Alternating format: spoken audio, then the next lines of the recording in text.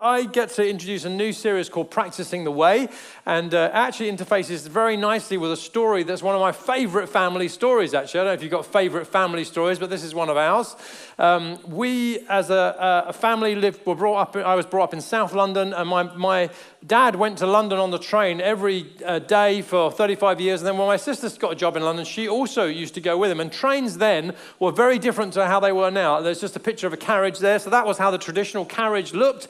So you can imagine there was no aircon. So on a hot summer's night, you had people sitting on bench seats either side. You had people standing down the middle. It was packed and it was sweaty.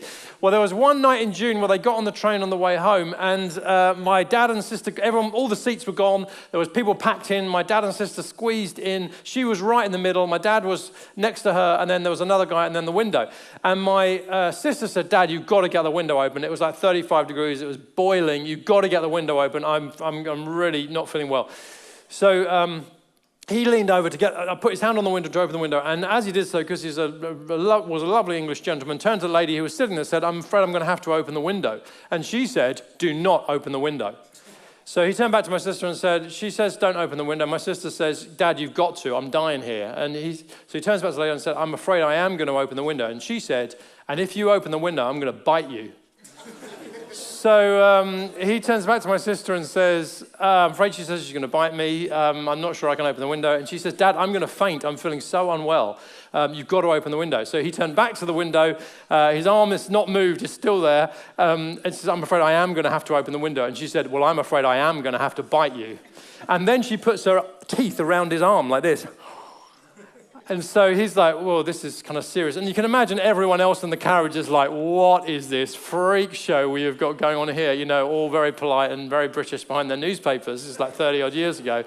Anyway, so my dad withdraws his arm. Someone on the other side of the carriage opens the window on the other side, which gives a bit of respite. They carry on. A few people get on and off at different stops. There's lots of stops on the route. A few people get on and off. And as one lady gets off, different lady now, she stamps on the foot of our first lady and says to her, "That's for stamping on my foot when you got on."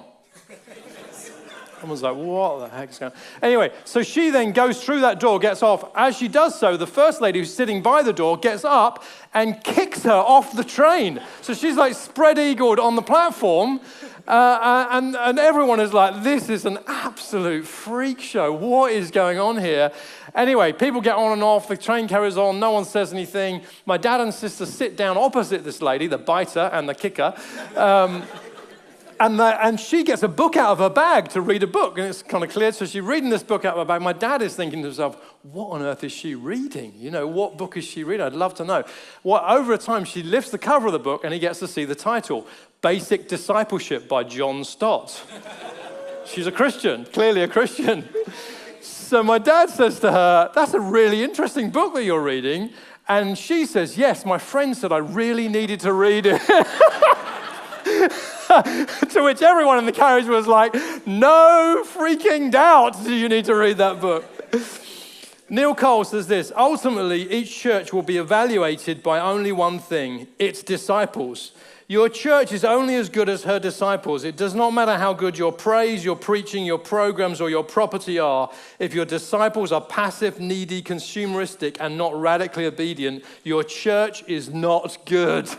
Oh, ouch. Listen, our vision as a church is this: to see God's kingdom fill the earth as we worship God, love one another, and multiply disciples, groups, and churches everywhere. And right at the heart of that is the quality of our disciples. You can only multiply something healthily if the thing you're multiplying is healthy in the first place. Amen? So the quality of our disciples is so, so key. And we're going to spend a few weeks looking at this subject of what does it mean to become multiplying disciples.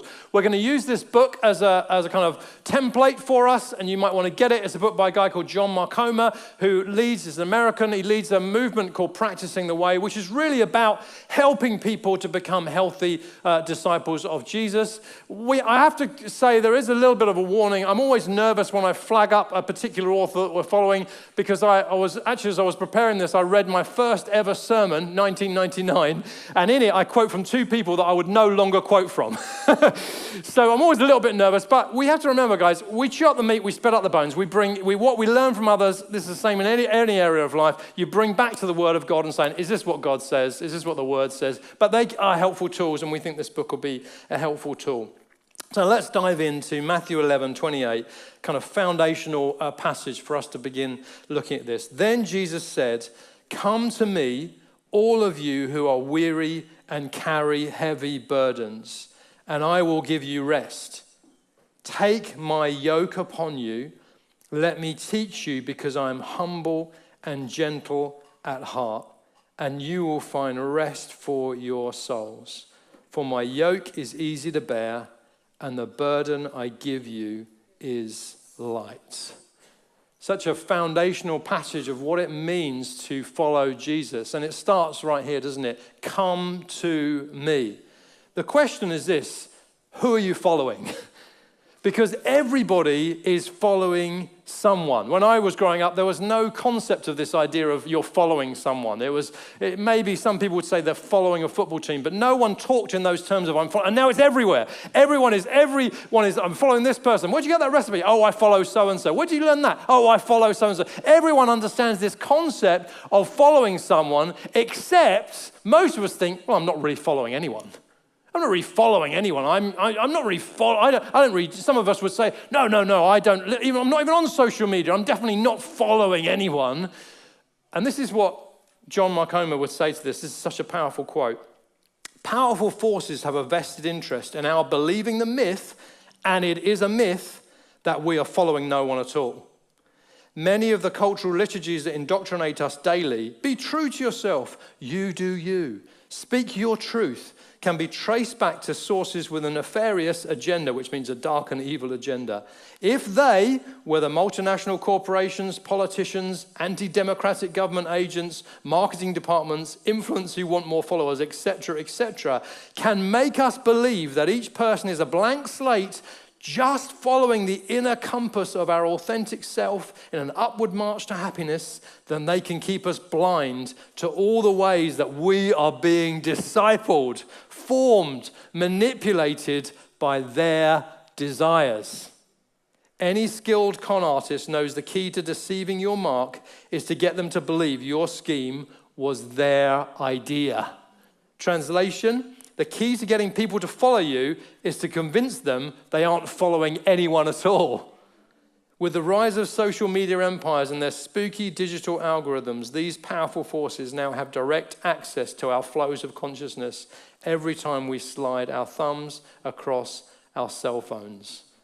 Everyone is following someone. The option is not, it's not a choice of I don't want to follow anyone, or the only choice you've got is, who are you following? Who are you following? There is no choice not to follow anyone. If you think you're not following anyone, then you're just following everybody, because every book you read, every track you listen to, every movie you watch is discipling you. You are following. You're just going all over the place. Who are you following? And into that, Jesus says this: come to me. Come to me. Chris Cruz says this: if we're not intentionally being discipled by Jesus, we are unintentionally being discipled by the world. Jesus says, come to me. Come to me. Come to me. But what's interesting is that he is not wanting everyone to follow him. He's not wanting everyone to follow him. There's only a specific group of people who he says should come to him and follow him. And this is what it says: come to me, all of you who are weary and carry heavy burdens. Come to me, all of you who are weary and carry heavy burdens. He's not saying to everyone, come to me. He's only looking for a specific group of people, the people who are weary and carry heavy burdens. And he's saying, when you find yourself in that position, if you would say, that's who I am, then come to me. Come to me. He's saying, I'm looking for the people who've tried everything else, and they're saying, it does not work. It doesn't work. They've tried the other routes. They've tried the other paths, and it does not work. And you've heard it here at baptism services. Those of you who've been around for a while, Annual actually shared his story last week of, I tried all the other things, and then I came to Jesus, and I realized none of that other stuff works. This is the only thing that works. So it's when you get to that place where you realize the other paths don't work, the other routes don't work, whether it be other religions or other philosophies or just doing your own thing, when you realize that doesn't work and here I am, heavy, loaded down, weary, when you get to that place, Jesus says, now you're ready. Now you're ready. Now you're ready. Come to me. And it used to worry me, when I hear baptism, when I was a teenager and I heard baptism testimonies, and every testimony was, I hit rock bottom. I got to the end of myself. And I think, is Christianity just a crutch for the weak? Am I following a faith that's just for weak people? And then I realized, oh, yes, it is. Because only those who realize that they are weak, only those who realize that they need a crutch, only those who realize that they've been building on sand are ready to step onto the rock. You've kind of got to get to the end of yourself before you can be willing to follow him. So it's not everyone who can follow Jesus. And if you are here this morning and you're in that place, that's why you're here, then you're in the right place. Because to follow Jesus means to get to the end of yourself, to have tried all the other roads, to have gone down every other path and realize they don't work. They don't work. We need to come to him. So if that's you, you're in the right place. But how about for the rest of us? Some of us who've been following Jesus for a long time. How about you? How does this apply to you? Well, I would say this. This is what I'm reflecting on in this season. We all went through COVID, and we went through it, and it was like this kind of reset, and I'm not getting into the politics of it and all of that, but that's what happened. It was like this reset to our rhythms, to our lifestyles, and we came out of it, and there were some horribly negative things, but there were some interestingly positive things, and most of us said, I'm not going back to how things were before. I mean, that was an enforced reset. I'm not going back to how my lifestyle was crazy, and what I learned, horrible things. But one thing I did learn was my rhythms were all out, and I reset my rhythms, and I am not going back to how things were before. How's it working? How's it working? 4 years on, how's it going? How's it going for you? One of the things I'm reflecting on, maybe this series will help us to take a moment to pause, because we all said it, didn't we? I'm not going back to how things were before. And then 4 years on, maybe we have taken on board some of those things, or maybe we haven't. But there's something, I think, as we go through this series to reflect, to say, is it working? Because there's all sorts of pressures that pull us to follow him, to follow them, to go in this direction and that direction. And sometimes we get pulled, and Jesus would perhaps say to all of us, come to me. If you're weary, if you're heavy laden, if it's just not working, come to me. Come to me, all you who are weary and heavy laden. Because Dallas Willard says this, there is no problem in human life that apprenticeship to Jesus cannot solve. So maybe as we go through this series, it's time to sit at his feet again and say, Jesus, it's not working. I'm not finding what I thought I was going to find. I'm following all these different things, influencers, people, and I'm not where I want to be. I've not got the rhythm that I want to be. I'm coming back to you. I'm coming back to you to find a different pace, to find a different rhythm, to find something different. Certainly that's one of the things I'm reflecting on. And I will give you rest. This is what he says. This is where he's taking us. He's taking us to the position of rest. Now, what does that mean to you? Is it like sitting by a pool with a cocktail and a book? Is that what you're thinking of when he says, I'll give you rest? Oh, Jesus is going to pay for my holiday? I mean, he might do. But is that what you're really thinking of? Because I was talking to a friend recently who was in that situation. He was sitting by a pool with a drink, with a book, and he said, inside I was having a panic attack. My family didn't know, but inside I was having a panic attack. You see, you can go through a really busy external season and be at rest, or you can be sitting by a pool and be in turmoil. What it shows you is that your outside circumstance does not dictate your inner rest. your inner peace. It's not about necessarily what's on the outside. Now, you might be running at too high a pace. You might need some things to change in your life. But fundamentally, right at the base, at the root, are you living from a place of rest? And what does that mean? Jeremiah 6:16 is what Jesus is alluding to. Stop at the crossroads and look around. Ask for the old godly way and walk in it. Travel its path, and you will find rest for your souls. This is a great moment for us as a church to stop at a crossroads. And I think John and the team who wrote the book do this very well, actually, to look back at some of the ancient paths and what Christians through the ages have followed and to say, maybe this would be a better way. This worked for them. Maybe it would work for us. To enter that rest is a rest from striving to succeed. It's a rest from carrying burdens that aren't yours, guilt and shame and expectations placed on you by others. It's a rest from fear and anxiety. It's a rest from trying to control everything. It's a rest that means that all of our work comes from a different place. Not from anxious toil, but from a genuine following Jesus with what he's calling us to do. I remember a few years ago, I talked to you guys about it at the time, I was in such a difficult position leading this church, leading the family of churches, and some very complex leadership decisions. And it was beyond me. I was really, really struggling to work it all out, to get to the end, to know what I had to do in what order, and it was just so complicated. And then, wow, that's a ringtone.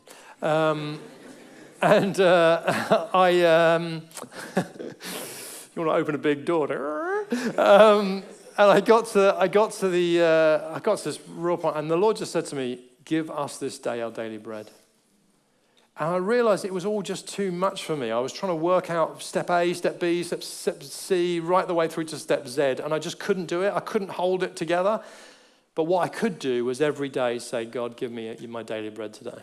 For the meetings I've got today, for the decisions I've got to do today, give me the grace for today." And it honestly got me through. It changed how I process situations and seasons like that. Give us this day our daily bread.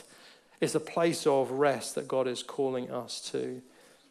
Jesus is inviting us, and he says this, "Take my yoke upon you, let me teach you, because I'm humble and gentle at heart." In first century Judaism, where Jesus said these words, a yoke was the yoke of an oxen. Obviously, the yoke, they tie two oxen together so they can plow a field. But in his context as a rabbi, as a teacher, the yoke of a rabbi was their way of living, the things that they taught. And it was what disciples, followers of a rabbi would say. They would say, "I am learning from Rabbi so-and-so. I'm taking his yoke upon me." And Jesus says, "Take my yoke upon you. Learn from me. Let me teach you." It was as an invitation. Notice that. He's not going to force it on us. He's not going to make us do it. It's an invitation to say, "Will you let me teach you?" Have you got to the end of yourself? Have you tired of following those other teachers, those other influencers? Are you tired of doing that? Because when you're ready, let me teach you. Let me teach you. I'm humble. I'm not going to force it on you. I'm gentle. I'm not going to do more than you can bear. Let me teach you. It's an invitation to step in. And of course, you're all here. So if I were to say to you, who wants to learn from Jesus? You'd all put your hands up. Pick me, pick me, pick me. Except for people who don't like putting their hands up, and then you would say, pick me, pick me. But anyway, you get the point. You'd all say, yes, I would. Because you're here. But here's the truth. I was in a doctor's surgery one time, and I was waiting for my appointment, and there was a lady with probably a 3-year-old who'd obviously finished their appointment, and there was a little play table, and he was wanting to do a bit more play, so she was letting him. And then after a while, she said to him, "Come on, Johnny, let's go now." And without looking up, carrying on playing, he said, and I don't think she heard him, but I heard him because I was sitting right next to him, "No." And she said, "Come on, Johnny," because I don't think she heard him. She said, "Come on, Johnny, let's go. It's time to go now." And he said, "No." He didn't even look up. He just carried on playing. And then she said, "Come on, let's put your coat on because it's cold outside." And she grabbed his arm to put his coat on, and he turned to her and he assumed this position. And he said, "No!" And me and the others in the waiting room were like, "Phew, this is going to be interesting." And was it interesting? Because what was a calm and playful scene turned into a world war in that doctor's waiting room as this kid went absolutely mental. I mean, he was screaming, he was shouting, he was on the floor, he was crying, he was running, no, no, no. And I was like, man alive, this is absolute carnage.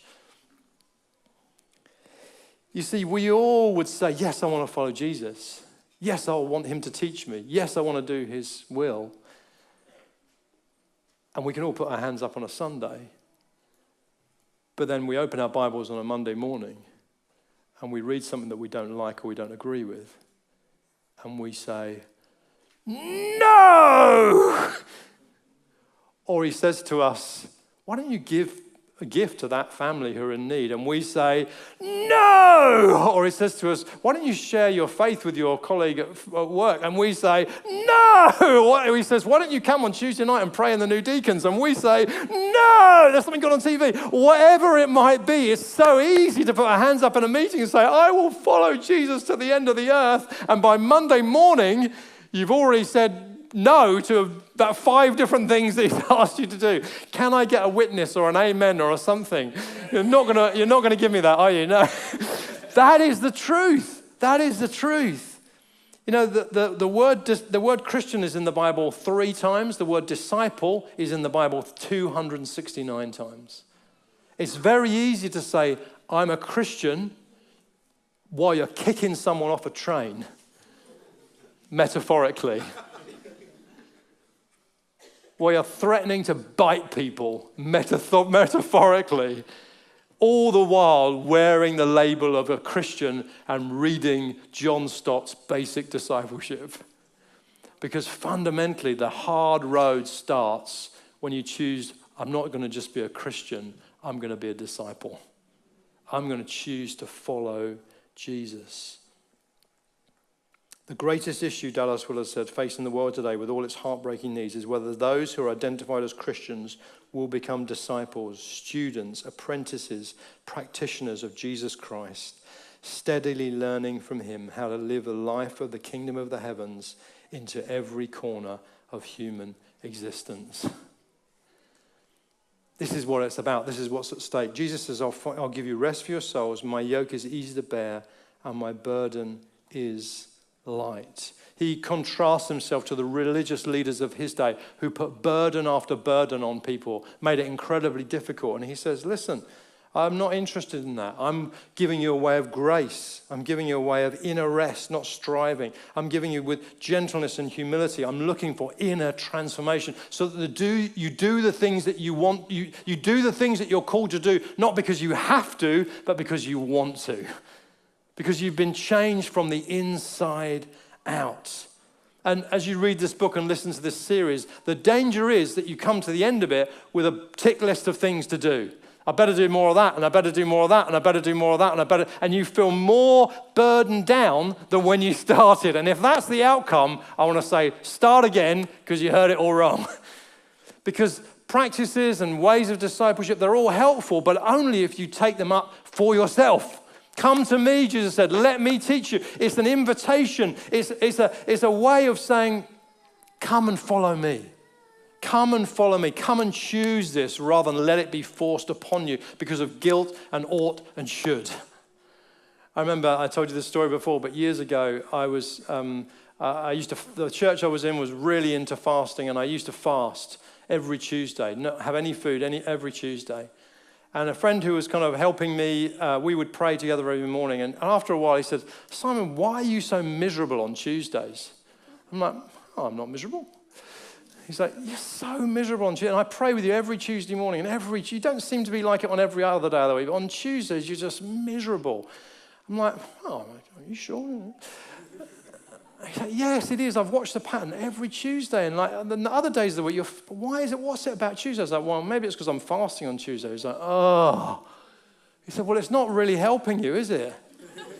I said, well, I think it is. You know, it's a really good thing to do. And he said, no, well, it's not helping me anyway.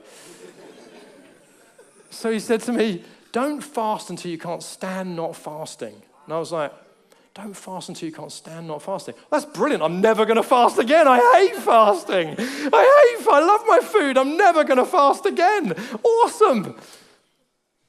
About a year later, at a prayer meeting, a friend of mine, she was in a really difficult situation. She said, "Would you pray for me?" And it was the weirdest experience because as I prayed for her, I realized there's no power in my prayer at all. And the next day I started fasting. I was fasting for her breakthrough. I was fasting for her freedom, but from a completely different place. It wasn't because I ought and I should. It was because I wanted the power that comes from fasting. I wanted the spiritual oomph that comes only from fasting. Jesus said, this kind come out only by prayer and fasting. I wanted something to change on the inside, so it wasn't because someone told me I ought to do it, it's because I wanted to do it. So as we look at these practices, as we learn from what has helped other people, don't take them on as legalistic duty. That will not help you. Take them on because you're tired, you're weary, you've tried the other paths and you're like, I'm done with those other ways. These things might work. They've worked for others. I'm going to try them. And if they don't work, then take them off and try something else. Let these rhythms of grace come from the inside out. That's what multiplies. It's when people learn from you and you say, well, I do this. Well, should I do it? You shouldn't do anything. I was talking to a leader the other day. He was saying, well, all our leaders in this church, they should do this, they should do this, they should do this. And there wasn't anything wrong with what he was saying apart from the word should. And as soon as you say should, you're on really dangerous ground. Because there's lots of things we should do, but should is a terrible motivator. It's a terrible motivator. We live from grace, and grace changes us from the inside out so that when there's an appeal for generosity, we don't give because we should give. We give because we want to be generous like our Father in heaven. We don't fast because we should fast. We fast because we want the spiritual power that comes from fasting. We don't turn up to a deacon's meeting to pray for the new deacons because we should turn up. We turn up because we're like, we want quality leaders and we want to pray them into all that God's got for them. We don't do things because we should, but because we want to. Because we're inspired to. Because we know these are the things that change our lives and change the people around us, their lives as well. That is what grace looks like. Let me just read this passage again in the Message version as we finish. There's one particular line in here I really love. Are you tired? Are you worn out?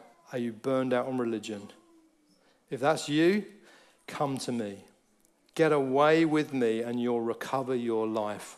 I'll show you how to take a real rest. Walk with me and work with me. Watch how I do it. Learn the unforced rhythms of grace. I won't lay anything heavy or ill-fitting on you. Keep company with you, and you'll learn to live freely and lightly. I love that phrase in the middle there. Learn the unforced rhythms of grace. That's the foundation of discipleship. It's not forced. It's not because others have told us we ought to. It's because we realize this is what I want to do. This is who I want to be. I want to be like Jesus. I want to walk with Jesus. I want to do all the things that Jesus did. And so I'm going to follow him. Amen? Amen. Let's pray, shall we?